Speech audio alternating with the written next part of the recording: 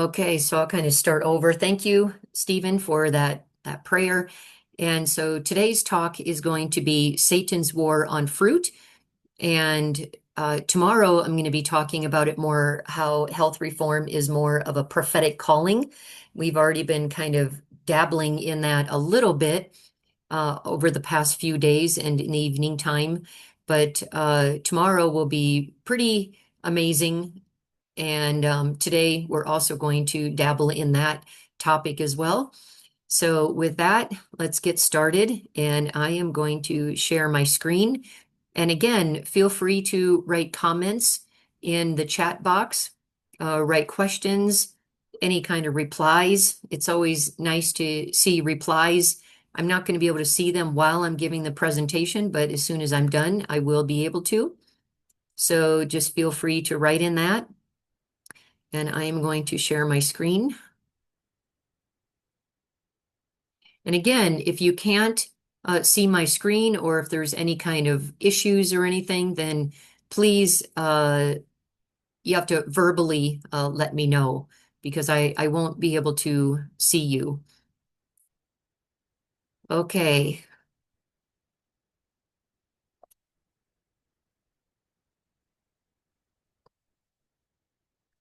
All right. And there's my email address and my WhatsApp number. If any of you want to reach out to me, if you have any questions, you can write them in the chat and I can answer them. Or you can text me, or you can text Stephen or Caleb, and they can forward those questions on to me. But I do want to take the time to answer your questions. And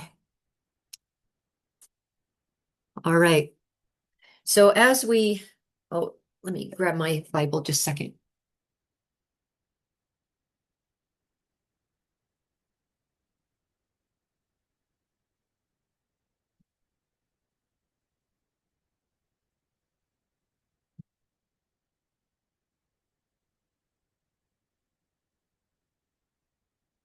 Okay, we're looking at this Genesis topic again from a different perspective. So I'm bringing it in every day because that's the foundation of our framework here for our teaching. And so turn to Genesis 1:11, and I'm going to briefly talk about this. I've already talked about it, but because this is the topic of the day again, it's important to mention it again. So if we go to Genesis 1:11, it says, "And God said, Let the earth bring forth grass, the herb yielding seed, and the fruit tree yielding fruit after his kind, whose seed it in itself upon the earth, and it was so." So this is I'll just take a moment of um of delay here and just share that I know a lot of people have questions about genetically modified foods. And this is one place where it talks about against it. So should God's people be having genetically modified food? Notice that it's fruit after his own kind, who seeded it in itself upon the earth, and it was so. And so we see all these places in chapter 1 where everything's after its own kind. Genetically modified is not after its own kind. But I want to talk about that a little bit more later, because I would never discourage somebody from eating anything that's genetically modified. Um, Everything in its time. So I'm going to explain more about that later. But notice in 11, he says that he's going to create these things. And then in 12, he does create them. In 129, he tells us what our diet is.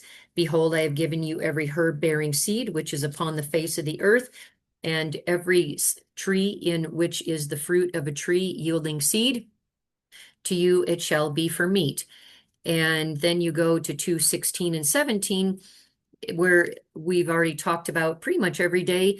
And the Lord God took the man and put him into the Garden of Eden to dress it and to keep it. And the Lord God commanded the man, saying, Of every tree of the garden thou may freely eat, but of the tree of the knowledge of good and evil thou shalt not eat of it, for in the day that thou eat thereof thou shalt surely die. So we see then that in 3:1 that God is warning us that Satan is the most subtle, the serpent. And then in that same verse, it says uh, that it tells what that lie is going to be. What is he going to be subtle about? And he's so subtle that we're still missing it even today. So, yea, hath God said, ye shall not eat of every tree of the garden. Well, yes, God did say that, but he also said to not eat of that forbidden tree. And so that's the lie that he's talking about. The lie is right there in the same verse where we're told that Satan is most subtle, and the lie is going to be about that forbidden tree. So there's something about that forbidden tree then that Satan is going to lie about. And if you read in 3:4, and the serpent said unto the woman, ye shall not surely die. So God has uh, one thing to say about that tree, and he says, if you eat of that tree, you surely will die. Satan says, if you eat of that tree, you will not die. This is a mind game that Satan is playing on Eve. He's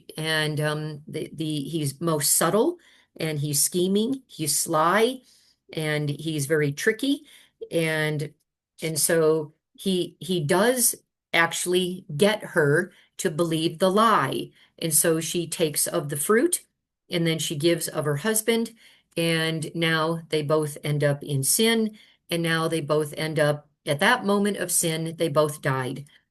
And but we know that Jesus got in there right at the point of death, and and uh and said, let their sins fall upon me. I will be the sin bearer, and I will die in their place. Let's give mankind a second chance. And so they don't die immediately, but they do immediately start the dying process. And we know that they lived for 900 and some years, 960, I think. And so that process, though it may have been quite some time, the process did start. And that's when Adam saw the first leaf fall, and he grieved over that leaf more than we grieve over our own dead ones. That's quite a story. So, and then if you continue on with 3:11, where God says, did you really take of the tree that I commanded you not to? It's the only command that I gave you. It's the only command that I gave you. And I also warned you about the serpent. And I even told you what he was going to be lying about. And so he says, did you really disobey the only command? And then we read in 17 that because you have disobeyed the only command that I've given you, cursed is the ground for thy sake. In sorrow shalt thou eat of it all the days of thy life. So, and then we see in 18 that vegetables are added to man's diet. So, here we have this story. And then if we also go to Revelation 22:2,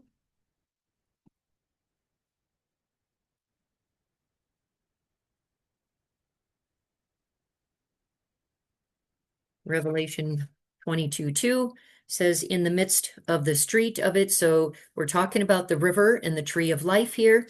And he showed me a pure river of life, clear as crystal, proceeding out of the throne of God and of the Lamb. In the midst of the streets of it, and on either side of the river, there was a tree of life, which bare 12 manner of fruits, and yielded her fruit every month, and the leaves of the tree were for the healing of the nations. So here we have, from the beginning of time in the Garden of Eden, all the way throughout history, we've already been building a case for the last few days about what this diet is. And now when we end up in heaven, it's still the same diet. We see that it is a diet that is high in fruit. Now, what is so important about fruit? Generally, if anybody gives up a particular food group around the world, I'm not just talking about you, I'm not talking about our people, I'm talking about the world in general, that the number one group the food group that people generally will give up is fruit. And they think that it has no value. It's just kind of useless calories. It doesn't have anything of value or redeeming properties to it. But I would like to say that this is quite different from what most of us think.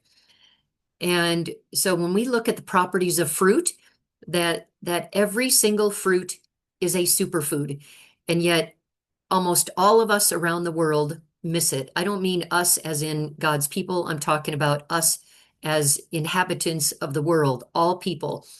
All people around the world do not eat enough fruit. That is shown in multiple research studies, that is shown in multiple government agencies that are online. You see that in diabetes associations, cancer associations, and in other associations. You see that fruit and vegetables are always, and specifically fruit, is always the top food group that is missing out of people's diet. It is just so, it's like hiding in plain sight. The importance of fruit is literally peppered everywhere. But yet the the few voices that are the loudest of marketing get heard the loudest, and they get followed. They say that fruit is bad, it's got too much sugar. We're going to go through some of the misconceptions. So I want to talk about fruit because this is Satan's war on fruit. Yet this is the diet that God has for his people. And it's actually a prophetic diet as well. We see that it's right back there in the garden, in the new heaven and earth. So let's take a specific look at the properties of fruit, and let's see what makes it so unique and why every single piece of fruit is a superfood when so many of us think that it's useless. So I want to change your whole understanding of fruit, and because it is extremely nutrient rich in phytochemicals, antioxidants, bioflavonoids. They are very rich in minerals such as potassium, magnesium, calcium, phosphorus, sulfide, chloride, and sodium. They are rich in trace minerals, the iron, zinc, copper, magnesium, or manganese, boron, molybdenum, and chromium. They are rich in fat-soluble vitamins A, E, K, and 1, and K1. They're rich in the water-soluble vitamins of the C's and all the B's. And did you know that there are about 99 different kinds of vitamin C components out there in natural, in nature? And yet, when we go to a vitamin and we take a supplement, we only get 1 or 2 of those 99. But yet, when we take a wide variety of our fruits and vegetables, specifically our fruit, we see that we get all 99 of these components. Our fruit also has all of our B's, the 1, 2, 3, 5, 9, 6, 7, and 9. And so we are seeing right here that because we are a world that is filled with nutritional deficiencies, because we're not eating our fruits. And now vegetables can often be associated with this, but fruit is actually more important in our diet than vegetables. I'm going to continue to explain why that's so. But my point is not to tear down vegetables because they actually are the number 2 group that we should be intaking. But our number 1 food group that we should be taking every single day is actually fruit. Because look at all of these phytochemicals, antioxidants, bioflavonoids. These are chemical compounds in plants that are natural, that are not found in other food groups. And we see that fruit has no cholesterol or saturated fat. Neither does vegetables. Fruit is very rich in fiber. It prevents blood sugar spikes, unlike refined or complex carbohydrates. Now, when we look at the difference, there's this war on carbohydrates, and rightfully so. But unfortunately, what they do is they throw fruit into the same category as refined and complex carbohydrates, where they are not the same at all. They act completely different in the body. They provide a whole different type of nutrient panel. So when we're looking at that war on carbohydrates, we must divvy out fruit from that. So we have the refined carbohydrates, we have complex carbohydrates, which are not uh, refined. Complex carbohydrates would be like our starchy vegetables, like the yams, the potatoes, the all of our root vegetables are often very starchy. And then so that's a complex carbohydrate, where our refined carbohydrates are like sugar, candy, our muffins, many times our bread, anything that's refined, anything that has flour in it would be like a refined product. So a complex carbohydrate would also be our oats and our beans and our grains. Now, these are three different categories. So we have refined carbohydrates, simple carbohydrates. We have unrefined simple carbohydrates, and then we have unrefined complex carbohydrates. Those are three different categories of carbohydrates, and yet Satan's war on fruit puts all of them in the same category as if they are the same in our body. They are not the same any shape or form. And it's because simple carbohydrates are causing such a massive problem in our diet. The simple carbohydrates, as well as the simple refined carbohydrates, are creating so many health problems. So they just throw God's food in there as well. And you can't get further from the truth. We see that fruit is the lowest next to vegetables for sodium and calories. We see that fruit is high in simple carbohydrates, and that is our body's main source of energy. Our body runs off of simple carbohydrates, and yet it seems like the world that would teach us differently, the marketing, the even sometimes research, it misleads us. Now, you'll notice in this presentation that I have no research. I am a researcher. I'm a PhD doctor, and I'm a researcher. That's what I do. And but yet I don't use any research anymore, because our people have become people of the research and no longer people of the word. So what I want to do is turn us back to God's word, back to the spirit of prophecy, and simply follow his instructions, not because it's in the research, but because that's what he says. We see that all fruit has amino acids in an appropriate amount without the risk of kidney disease. Now, the reason I say that is because protein is a main risk of kidney disease, and mainly it's the protein. There's no protein actually technically in any plant foods. We see amino acids in plant foods. Proteins are a complete chain, and that chain is like a woman's pearl necklace. So that would be the chain where every pearl is put together by a strand. Now, that would be a complete protein. Our body does not want to take in complete proteins. It wants to take in individual amino acids, where each pearl is a representative of an amino acid, each one of those pearls. But when it comes to plants, the the pearls are all individual. They do not have a strand. When we look at plant-based diets and a plant-based meal, that meal is generally gone out of the body in about 24 hours or less. when we look at a meal that is meat-based, that meal takes about 72 hours for it to break down. And that's because our body has to break down that complete protein and and break every single one of those bonds in between the pearls.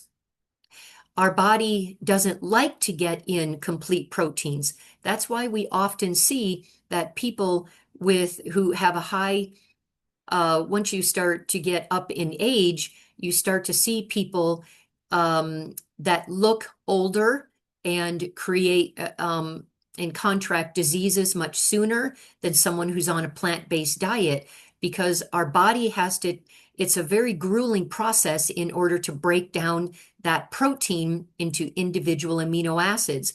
Our body prefers it, and it's much kinder and gentler on our digestive system if we just eat the individual amino acids rather than the complete protein. And so when our body has to break down that protein, protein is very difficult on our kidneys. And that's why we're a world filled with people with kidney disease, and that's because of our our high protein diet. But we don't see that risk when it comes to plant foods. So if somebody is even on dialysis and that far gone, there are times when even they can reverse their kidney disease by getting off of all of the animal proteins and going on a very specific diet. And so we see that fruit, generally people think that fruit doesn't have any amino acids or protein. True, it doesn't have protein, but that's the term that the world uses. It's technically amino acids. But we see now, probably in the last 5 years or so, we now know that all fruit has all amino acids, that they are not missing any of them. And so that idea that we have to combine proteins in order to make a complete protein is old news. That's what we used to think 30, 40, 50 years ago, that fruit had no protein. It couldn't sustain us in any way. And so we had to eat meat, or at least if we ate a plant-based diet, that we'd have to combine our beans and our grains in order to make a complete protein. All of God's plant foods, all of them have all amino acids. Our body doesn't need particular food groups. Our body doesn't need meat.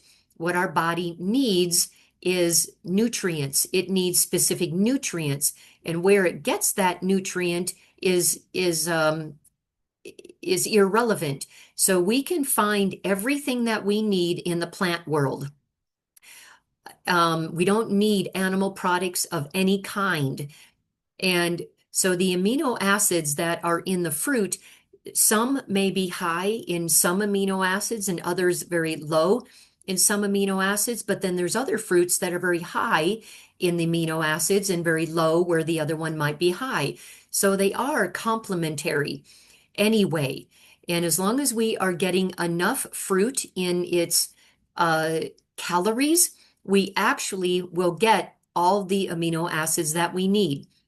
Fruit is an amazing food group that most of us just think have absolutely no value and is just kind of a waste of calories, a waste of money, and a waste of time to even eat. Most of us don't even eat any fruit at all. The lucky ones might eat a piece of fruit for supper, for dessert. Some people might get one or two pieces throughout the day, but by far, most people do not get on an average day even one piece of fruit. And so we're going to talk about what this more looks like as we go on, but we can eat fruit in abundance without any concern of weight gain, because it's almost impossible to eat enough fruit to where you gain weight. If we are, because of all the fiber in it and all the nutrients that our body actually tells us when we are full, when we've had an appropriate amount of calories. Fruit eliminates toxins at a cellular level. It makes it the number one food that is a detoxifier. There is no food group or food on this planet that is more effective at eliminating toxins at a cellular level than any other food. Fruit is the key to detoxification. That is that's in the research. Everything that I'm sharing is in the research. I just don't give research articles anymore because I want us to get back to what God says. His word tells us in Genesis 1:29 and 2:16 and 17 that he commands our diet. So let us listen to God simply because he said it, not because that's what the research says. It also hydrates at a cellular level to eliminate cravings and addictions.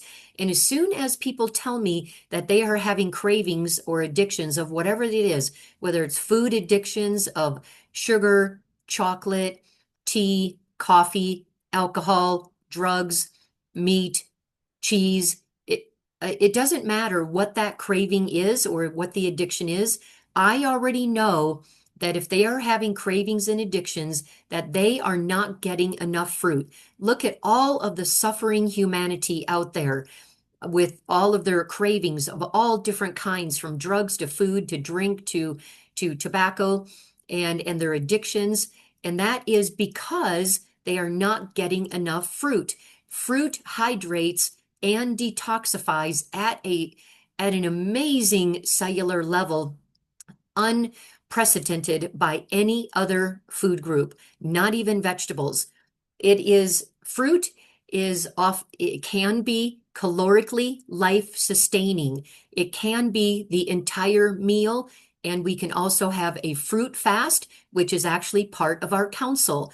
And I'm going to show you that here in shortly. So we can see that if we get enough fruit in our calories, that it will life sustain us, that and healthfully as well. There are certain people living in certain conditions that can eat only fruit throughout their entire life, and they will not be missing anything. Now, as a general rule, most of us can't get every single uh, mineral out there. Um, but so those who live on large properties, they grow their own food, they have their own gardens, they have their own fruit trees, because there's a blessing in growing our own food where when it's not being transported and trucked, thousands of miles away.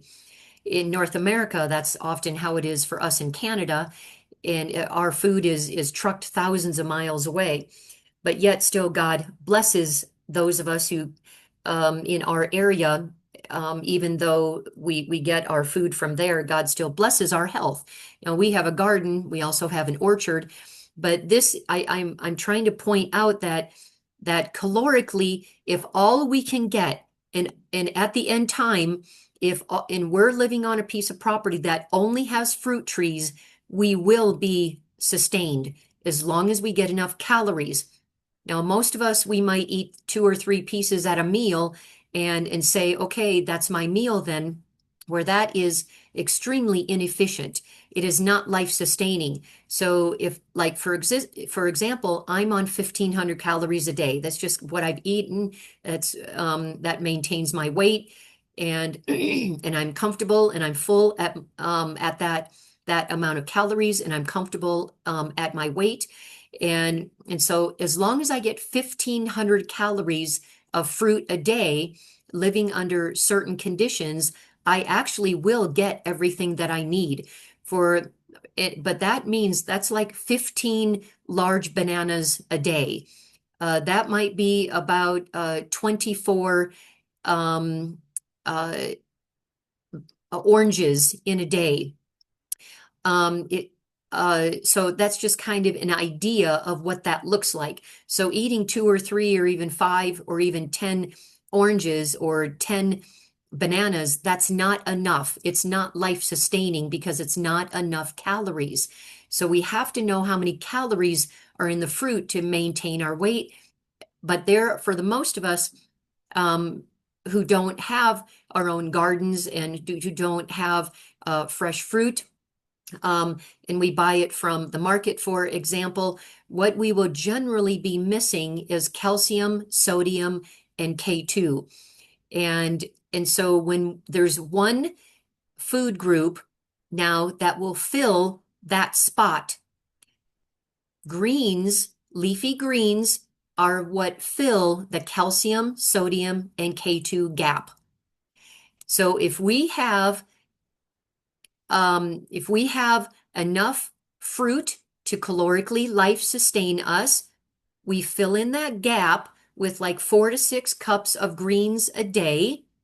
We will get, and you throw in just a few nuts and seeds, we get everything that we need to be life sustaining and healthy. We will not be missing anything. The only question now, which is not a vegan question or a plant-based question or a Garden of Eden question. It is a question of humanity. It, regardless of how we eat, is B12 and D. D has provided, God has provided vitamin D in the sunshine, and He's also provided vitamin B12 in the soil.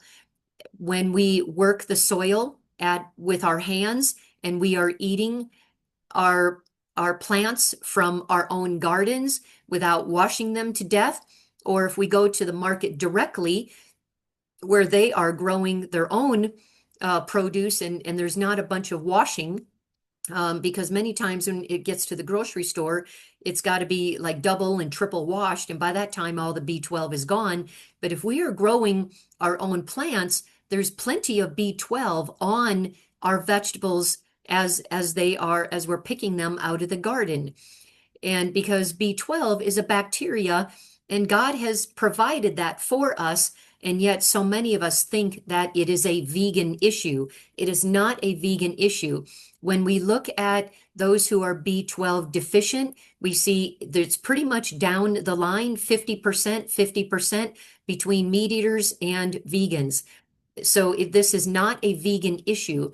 The problem comes when we have been on a high meat diet, and now I go onto a plant-based diet. Now my body's gotten used to this giant amount of B12, and all of a sudden it goes down to an appropriate amount, but our body has already been taught to intake this giant amount of B12. And so this is something that we have done ourselves. When this is something humanity has done, this is not a problem with God's diet. The B12 has been taken care of for us. And because we have not been gardening on our own as our counsel is, that's why we're missing B12. And because we're still living back in Leviticus 11 with the clean and unclean meats, we're still on our meat-based diet as a people. And so when we take in that amount of B12, our body gets very sloppy and inefficient with it. And then when we go to an appropriate amount of B12, we have to retrain our liver in order to reduce our needs. And so it takes years in order to retrain our liver to do this. And I give a whole hour presentation on how to retrain our liver to learn how to utilize an appropriate amount again. But this generally takes years and years of our animal product intake, and then it takes years in order to undo that mess that we have done to ourselves. So this is not a plant-based diet problem. Please realize that the research is very clear that the problem is that we have destroyed a part of our intrinsic factors, which is what makes a certain protein that transports the vitamin B12 from our gut into our intestines, where it is then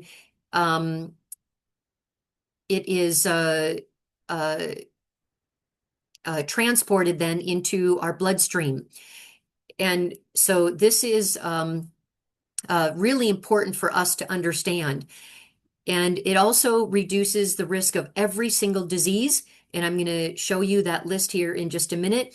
It's also, fruit is filled with natural nitrates, prebiotics, postbiotics, chlorophyll. We don't need the supplements for prebiotics and postbiotics or anything if we are getting enough fruit throughout our day, every single day. Nitrates are what keeps our vessels nice and elastic. I'm not talking about the nitrates that are found as a man-made chemical found in as a preservative in, say, meat products. That's not the nitrates I'm talking about. I'm talking about natural nitrates that God has placed in our fruits and vegetables, and they are very heat dependent upon, as many of our other vitamins and minerals and enzymes are. They're very heat dependent, so we don't want to be cooking our fruits and vegetables. We can cook some of our vegetables, of course, if they need to be. But I'm talking about our greens. We want to make sure that we're getting plenty of raw greens and our fruit every single day. And so the natural nitrates, they help our vessels to be nice and elastic, to prevent our blood sugar, blood pressure from going up. And so anybody who has any kind of blood sugar problems, or if they have blood pressure problems, if you've got any kind of disease process going on, you definitely, or cholesterol problems, here's your answer right here. The answer is in plain sight, and that is more fruit, because it has all of the natural components of it that our body needs in order to prevent and reverse disease. And when we look at preventing disease, or reversing it, I should say, we look at the cause of it. What is causing it? And then we eliminate the cause and then replace it with the beneficials, and that's how we get disease to reverse. It's very simple, actually. And I'm going to show you some examples as we go along here. So it's also, fruit has an abundance of anti-inflammatory properties. It's the easiest and most efficient food to digest, and that mainly comes because it's got the perfect amount of vitamins, minerals, and specifically enzymes in it. Enzymes are the staff of life. They are the workforce of our body. If we have any kind of damage going on in our body, say we get cut, if we have a heart attack, that's why doctors take the blood from someone who they think has had a heart attack. They check the heart enzymes, and it's the heart enzymes. When that enzyme, that particular enzyme is high, that means that it confirms that there's been a heart attack. Well, there's enzymes, different enzymes for every part of our body. So if I cut myself on my arm, it's enzymes to the rescue. It creates, and I need enzymes in order to think, in order to blink my eyes, in order to have vision, in order to hear, in order to move my hands, move my body. I have to have enzymes for every single function in my body, without exception. And if I don't get the proper enzymes, there's a breakdown in my body and in my health. So when we are in disease process, it often says that we are not getting enough enzymes. And when we start to get more enzymes specifically in fruit and raw vegetables and the raw green leafies, then all of a sudden we start to heal. It's amazing how God has preserved this. We actually don't need beans or grains or any of the starchy vegetables that Kenya is so famous for. We don't actually need any of those. Any components of nutrients that are in those particular food groups are found in fruits and greens and a few nuts and seeds. Everything. Like I said, we don't need food groups. What we need are nutrients. And where those nutrients come from is where they come from. And we see that everything that we need is only in fruits, greens, and nuts and seeds. Now, does that sound familiar? Does that diet sound familiar? we're talking about the Garden of Eden diet. We're also talking about in Revelation 22:2, we're talking about the future diet of God's people again in the new heaven and earth. The research supports that these are the only components that we need. The research supports the Garden of Eden diet and the new heaven and earth diet. It's amazing. Now, don't get me wrong. I'm not saying don't eat grains or beans. I am not saying that. It is part of God's diet for us. But as time goes on, and I'm going to share more tomorrow about this particular diet, but I want to lay a good foundation for you today. And we see that there just is no more efficient food to digest than fruit. It is amazing. It is one complete package of everything that it needs for the easiest breakdown in our body. That's why when you see people they're fruitarians, they call themselves, that they look younger than most people their own age, often much, much younger. They even look younger than vegans or whole food plant-based people. Their diseases are held off even longer, assuming that they are getting enough calories from their fruit. They're getting 4 to 6 cups of greens a day, and they are getting a few nuts and seeds. That's all they need. And so we see that these are the foods that are the easiest to break down. Nuts are the most difficult to break down, and greens are then next to the fruits to easiest for breakdown. This is God's ideal diet for his people, and every bite is perfectly balanced. And yet we have believed Satan's lie that it's of a useless food group, that there's all these um, uh, the marketing going on there about fruit is just unimaginable. Satan is doing everything that he can to put fruit in its most negative light, so God's people don't eat it, or the rest of the world, because this is the number one food group that helps to reverse and prevent disease. It is amazing. And this is how I feed my own people when they come into my home sanitarium that my husband and I run. And we have had just miracle stories, amazing. And I'm going to show those to you shortly. There is no other food group that has the nutrient panel of fruit. These are the healing properties that we must have if we want to reverse disease, but yet are not found in animal products, because Satan's war on fruit says that all fruit is bad, and we need to cut it down, or we need to eliminate it completely. But yet these are the things that fruit has that animal products do not have. Yet most people go to an animal-based program if they're looking to reverse disease. And shortly they do. In the short term they do, but in the long term they really do themselves a disservice. So we're looking at things not found in animal products, or at least extremely low, is vitamin C, E, K, B9, B7, flavonoids, antioxidants, anti-inflammatory properties, dietary fiber, complex or simple carbohydrates.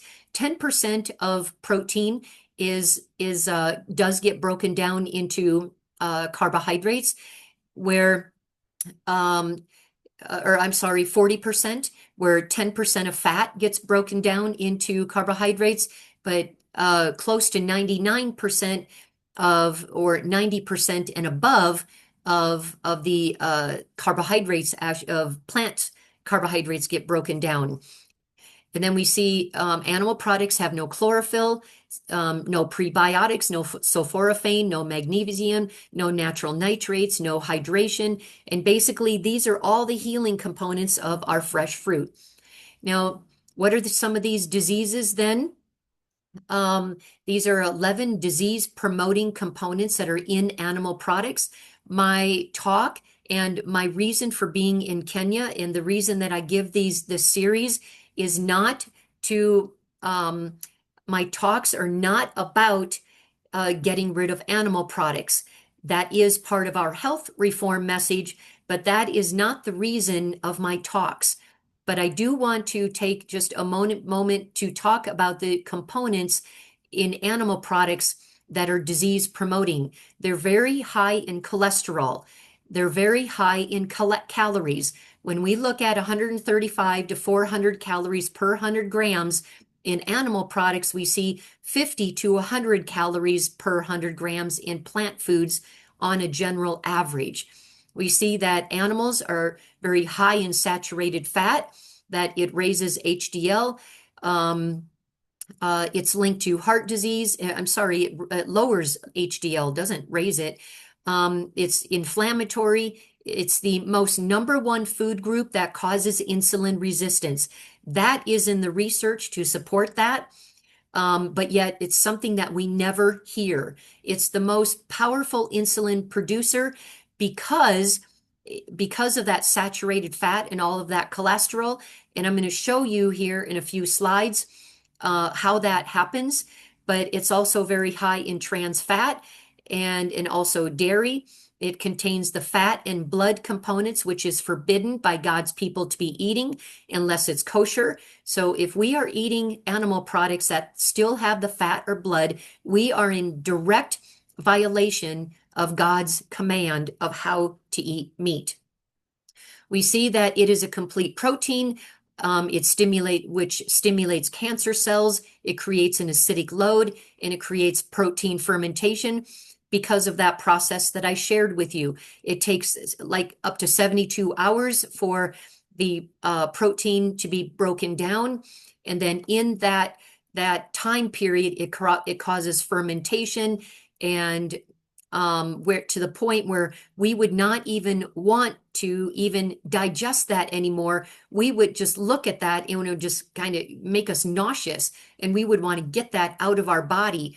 But then our body is forced to break it down and that's how it stimulates cancer cells and it creates that acidic load. It's also got hemi iron, which promotes oxidative stress. It increases the inflammatory markers. It's linked to colon cancer. It damages the gut lining and it's too absorbable. And when doctors say if you go in with anemia with low iron, usually the first thing that they say is you need to start eating meat if you're not eating meat. That is not the problem. Hemi iron is not the kind of iron that we want. It's like the worst kind of way to increase our iron. There are much better and more effective and healthier ways to increase our iron through plants and through natural remedies than it is through animal products. It also, other components are the sulfur amino acids. It's got methionine excess. It's got the AGEs, the HCAs, the PAHs, the endotoxins, and the antibiotics. These are all now things that either are created as the animal products are cooked or that they are injected into them as they are being raised and in life. So they are naturally high in present hormones they're naturally present hormones in flesh and fat, such as the cortisol, estrogens, estradiol, the progesterone, testosterone, androgens, and the insulin-like growth factors, and known as IGF-1 and insulin. Now, these are just naturally present hormones, and these are not injected, they're just natural. And then cows are often impregnated and milked while impregnated and then re-impregnated while they're lactating, which leads to even higher levels of reproductive hormones in milk. The estrogen now is even 100 times higher, and then even in late pregnancy, and the progesterone is also very heavily elevated, and IGF-1 is increased. And these are all linked to cancers like a light switch. If you read a very wonderful book that was highly researched but written for the layperson to read. It's called, um, it's by T. Colin Campbell. It's named China Study. So get that book called The China Study by T. Colin Campbell, and you will read in that wonderful research that he and his researchers. Now he was a a cattle rancher gone vegan after this particular research. His whole family was into cattle ranching, and here he goes vegan because of this research that he and his people did in all of China.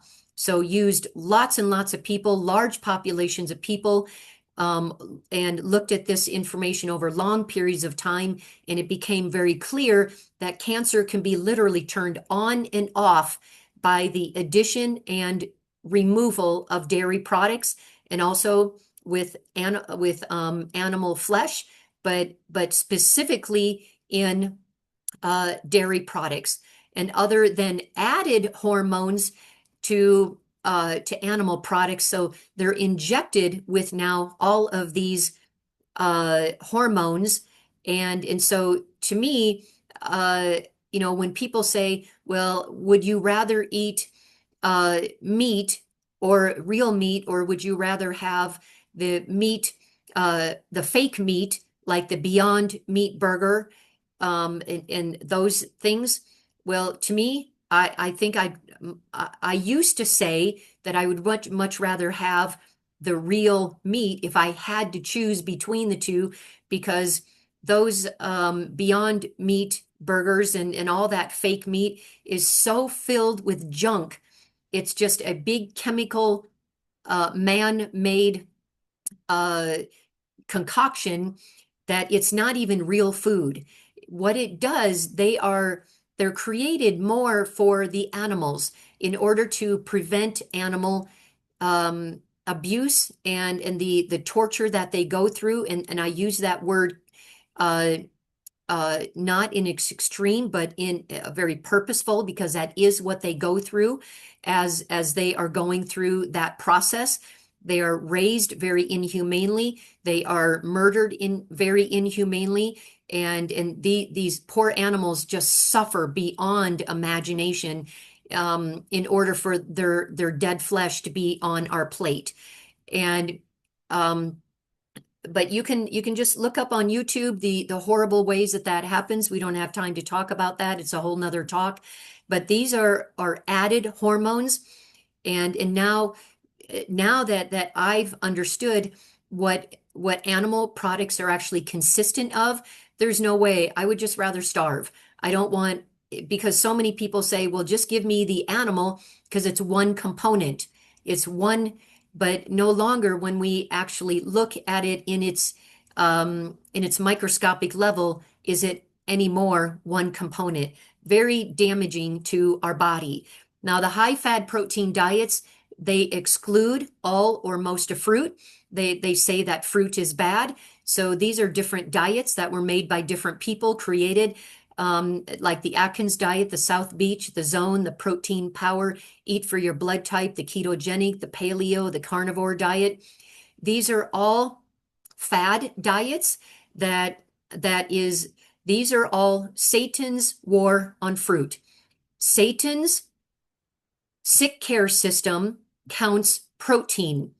God's healthcare system counts fiber. When we look at the difference, there is a world of difference. When we look at the high protein diets, there is little to no fiber at all. And fiber is only found in plant foods, not in animal foods. So there are a lot of misconceptions about fruit. Don't eat bananas and grapes. They will make you fat with a carb overload. Now, I have generally for 30 years, for almost 30 years of my life, I have eaten bananas like almost every single day. And there are days when I am eating only bananas in one meal. I might have 7 or 8 bananas in one meal. And so if this were true that bananas make you fat, I would need to be on an overweight program. It doesn't even make sense. And how people come up with some of these misconceptions is beyond me. They're just total lies. And mangoes and cherries have too much sugar. But the problem with that is that that's Satan's war on fruit again. Yes, they do have sugar, but all fruit has sugar. All fruit is high in sugar. It's how God made our body to function and how to run properly is is on sugar. And but yet it's also mixed with all of the fiber and all of the components that I spent uh, 3 slides on. It's also, so the mangoes and cherries and all of these other fruits have the fiber, the antioxidants, the bioflavonoids, the vitamins and minerals, and it's got all of it. It's a perfect package. So Satan wants us to look at only the sugar and forget all of the other healing components of fruit. We're also told don't eat cranberries because it'll cause kidney stones.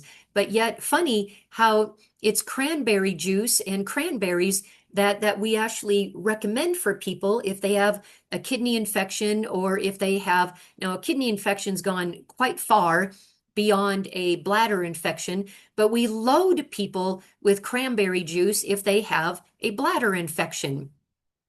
We're told don't eat oranges because they will erode your tooth enamel. Well, if that were true, I eat oranges almost every single day for the last 30 years, and I have no problems with my tooth enamel. So I have all my teeth and I have no problems with my teeth. We're also told don't eat limes because it can give you a rash or interfere with medications. Don't eat leafy greens because it interferes with medications. But there is a way. When I get clients who who want to get off of their medications and want to go more natural, I then and they're on a medication for coagulation, I will have, because I'm not a medical doctor, but I am a practitioner. I do have to work with the coag nurse and or their doctor in order to help them. And so we anyway, because of our time, I don't have, I give a whole probably 5 or 10 minute discussion on how to work with coag nurses so people can actually get off of their drugs. But it is possible. People can still eat their leafy greens if they are on an anticoagulation drug. We just have to do it smartly. And if anyone has any questions, and I know that there's some medical students here, reach out to me.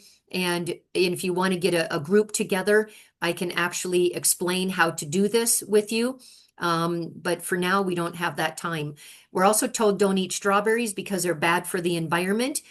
And that is, there's a half truth to that and a half lie, because strawberries in the U.S. have been known to be as the #1 food that has the most amount of pesticides and herbicides on it.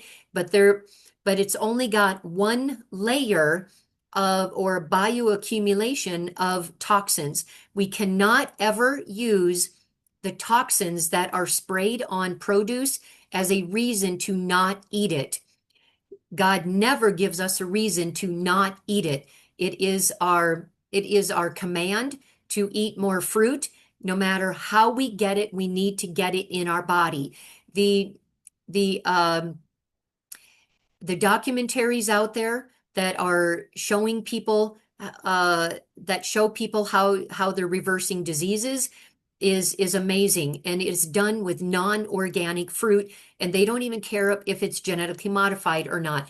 Even if it's GMO and even if it's sprayed, people are still reversing their diseases on a high produce diet. God never allows us to move away from his command for any reason at all. Instead, he tells us to get rid of the foods that are under the tree of the forbidden fruit, as we've been talking about every day. So even though strawberries are the #1 dirtiest, I would never recommend people to not eat it, because when we look at the toxins in and or on produce, and then compare it to animal products, it's multiple times more in the animal products because of bioaccumulation. When you've got fish eating other fish and the all of how toxic all of the oceans are now, you you just can't get a non-toxic fish anymore. And so now, and plus it's just we're it's just a natural part of the of our metabolic breakdown is that we have um, toxins. So we have natural metabolic breakdown as part of our toxins on top of the polluted waters, even if it's farm fish, and that's even worse. But now you have fish eating fish, and all of the toxins in the little fish now go into the bigger fish that's eating that, and then you've got bigger fish that are eating those medium fish, and then you've got even larger fish that are even eating the large fish. And all of the accumulations from one fish to another, and if they're all living 5 years old, you can see that that accumulation in fish is just enormous. And so there's no comparison to the toxins that are found in animal products compared to the toxins on produce. Yes, I understand the issues that come along with the sprays. I well understand that. But when we're looking at a hierarchy of getting rid of toxins in our body, we want to definitely get rid of the animal products first because they are multiple times more toxic than anything that is on our produce.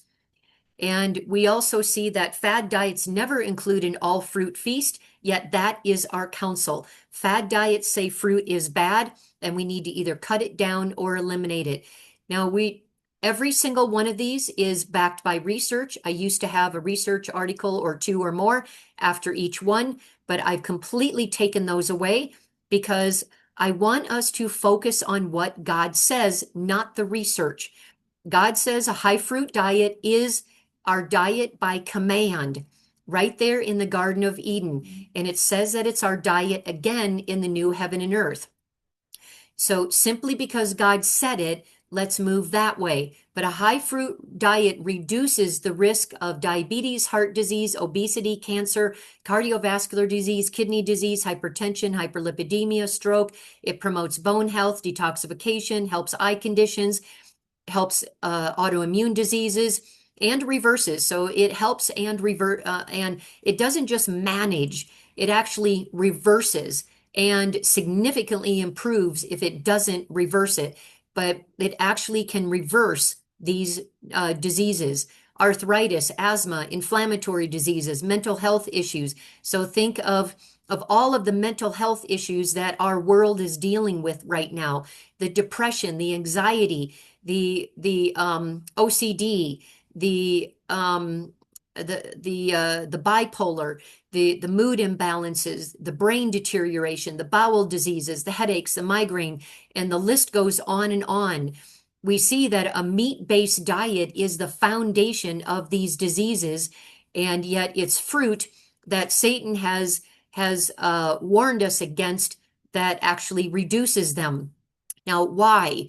So look on the far right where you see the gray cell. You see the blue box that's the insulin. The insulin has a very specific key attached to it, and it's like the key that you use to get into your car. And so the insulin is that exact key shape to get into your car, and then it opens up the door and it allows the glucose to go in, and then the glucose in the blood goes down safely. Our pancreas has these little taste testers that taste the blood every multiple times a second. And so it as fast as the blood sugar goes up is as fast as the pancreas starts to produce insulin. And I said before that meat is the most powerful insulin producer. and of all food groups, and I'm going to explain why right here. So that's the normal process. It goes to the muscle cells. The insulin goes to the muscle cells and says, knock, knock. I would like to put the blood sugars going up, so I would like to put glucose in. May I do that? The muscle cells said, yes, use your key to get in, unlock the door. The insulin then throws all the glucose in. And the muscle cells says, wait a minute. I didn't know there was that much glucose. Yes, I'm supposed to take in glucose. And because that's how I run my muscles throughout the body from moment to moment throughout the day. But I don't have that much room. You can only crowd in so many people in a car. And so enough's enough. And the muscle cells then close and lock their doors, just like you would once you get everybody into the car and you've got your 4, 5, 6 people in the car. And once your seatbelts are taken up, and you might even have squeeze another person in there, and then the doors close and you're just like, no more people in the car, please. We've already got 6 people in 5 seatbelts. And then so the insulin says, okay, well, I'll just go to the liver then. And the insulin goes to the liver and says, knock, knock. I would like to put some glucose in. And the liver says, sure, come on in, just use your key. And because my job is to store glucose. That's what I do. That's one of my big functions. And so the body doesn't run out of energy. And so then the insulin uses its key, it unlocks the door, and the door opens, the glucose goes in, and the liver eventually says, whoa, wait a minute. I didn't realize that there was so much glucose. I can only take in so much glucose, and I've got enough. Thank you very much. And so now we've got some insulin resistance going on here. And now, since the insulin can't go to the muscles or the liver anymore because they're now insulin resistant, because they're so full of glucose, now it goes to the fat cells. And the fat cells also have an insulin receptor site, but the fat cells are naturally insulin resistant. They don't want to take in extra glucose. So we are going to, the insulin now is, because of this insulin resistance, now the pancreas has to force more insulin into the bloodstream. And it's basically what's happening is you've got 6 people in your car with 5 seat belts, and you close and lock the doors, and you've got another friend that comes by and says, I want to get in. And you're like, we already have 3 people in seatbelts in the back seat, and there's somebody laying over their lap, and we possibly can't fit another person in here. And you can't sit over my lap because I have to drive. And there's just no way to fit another person in. Well, if that person wants to get in, then that person starts to say, hey, there's been some injustice here. Please, I want to get into this car. And so now he gathers 20 of his friends, and believe me, 20 men will get into that car. And that's exactly what happens with the insulin and the pancreas. The pancreas starts to produce more and more and more insulin, or men, and eventually that insulin acts as a bully to get into that door. And so now you've got 20 insulins all beating down that door like you have 20 men trying to get into your car door. Eventually they will be able to get in. And then we have that process. Now, as the insulin is able to open up and bust down that door in the fat cells, now my fat cells start to grow. And now as my fat cells start to grow, my body starts to grow and I start to gain weight. And now the insulin receptor site, if you go to the right globs of yellow, now you see the insulin receptor site has actually changed shape. That's because the fat cells have changed shape. And now it becomes distorted because of the shape change. And now that causes even more insulin resistant. And so what's happening here is the muscles and the liver and the fat cells can also become insulin resistant because One, we're not exercising, so the muscles will not take in anymore. The liver can't release any of its stored glucose because it's just sitting there because we're not exercising. We're just sitting around all day. And because of what we're eating. And when we are eating animal products with all that saturated fat and cholesterol, it actually clogs the insulin receptor site. Now, because I'm eating the saturated fat and the cholesterol that is clogging the insulin receptor site, now when I eat fruit, my blood sugar rises. So that is a half truth and a half lie. Yes, when I am eating animal products, an excessive amount of it, my blood sugars will rise because all glucose will break down. And I'm sorry, all carbohydrates will break down into glucose. And so, yes, it will rise. But see, that's like Satan saying in 3:1, well, didn't God say that you could eat of every tree in the garden? Well, yes, God did say that. But he also said, don't eat of that one in the midst. And so that half lie, half truth about meat and fruit is that if I am eating meat, yes, my blood sugars do rise. That is the half truth. The half lie that's not told to us is as soon as I stop eating my animal products, all of a sudden, now that muck and gunk isn't clogging the insulin receptor site anymore. And as soon as I start adding fruit and all that fiber, now it can get all that muck and gunk out of there. And now the blood sugars start to go back down again. It's a very simple process and something that I help my clients do all the time, and they do it within my 10-day program. So what I'm going to do is I want to now switch to what our inspiration says. And it says we may use fruit freely and in different ways and run no risk of incurring the diseases that are incurred by using the flesh of diseased animals. What did I just say? This is a list that she's talking about right there. So we may run no risk of eating fruit um, over.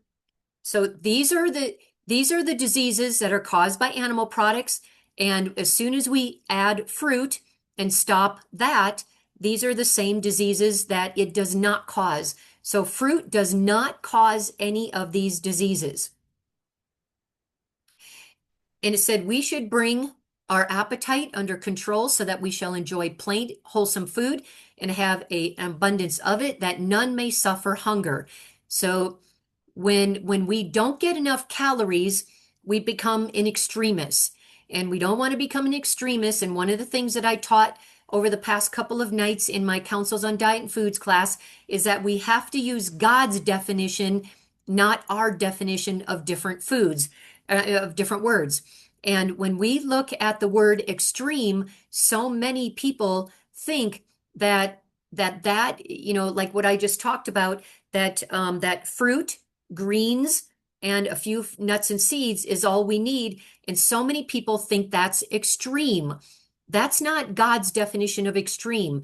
God's definition of extreme when it comes to diet is not having enough calories or eating an excess of calories, or we're going to look at that more closely in our counsels class.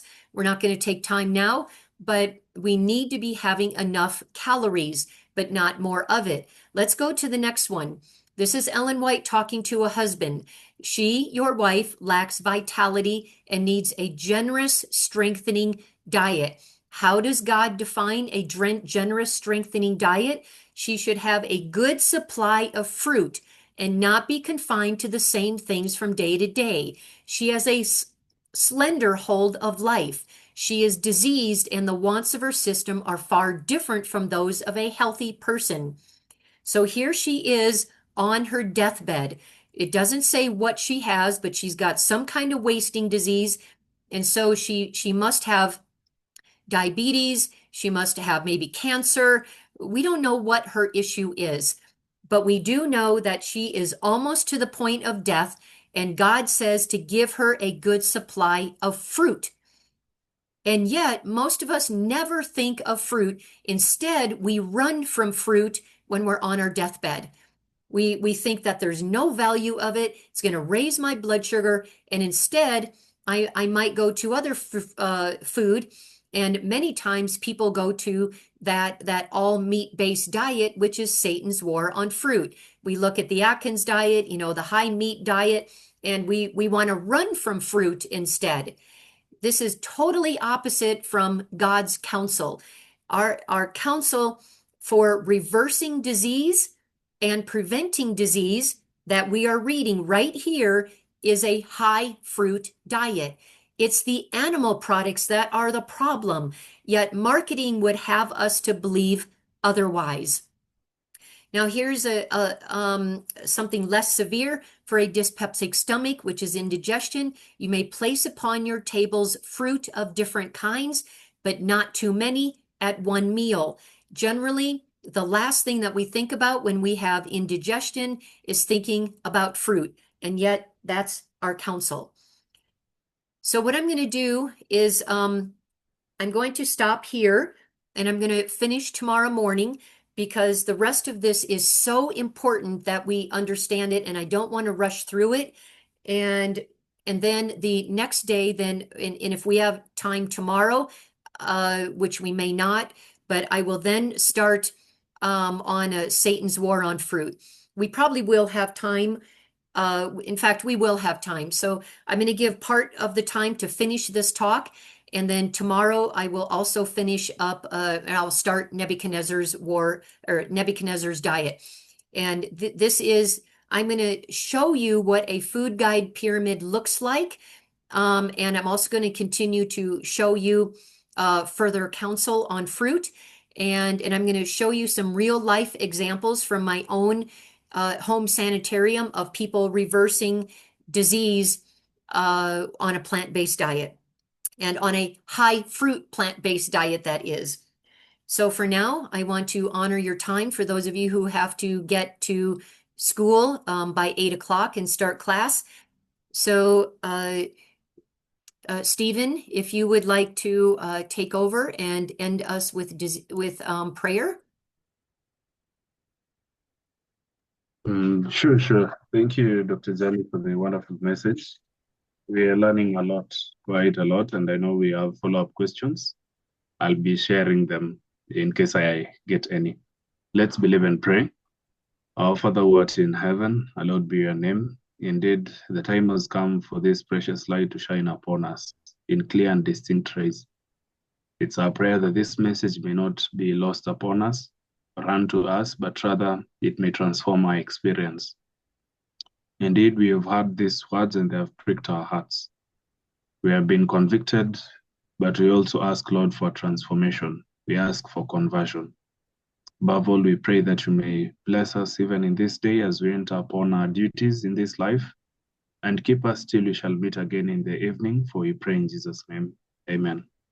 Amen. Thank you. And I see that there are questions in the chat, or maybe there's one question. I will read that, and I will answer that tomorrow. All right. God bless all of you, and bye-bye.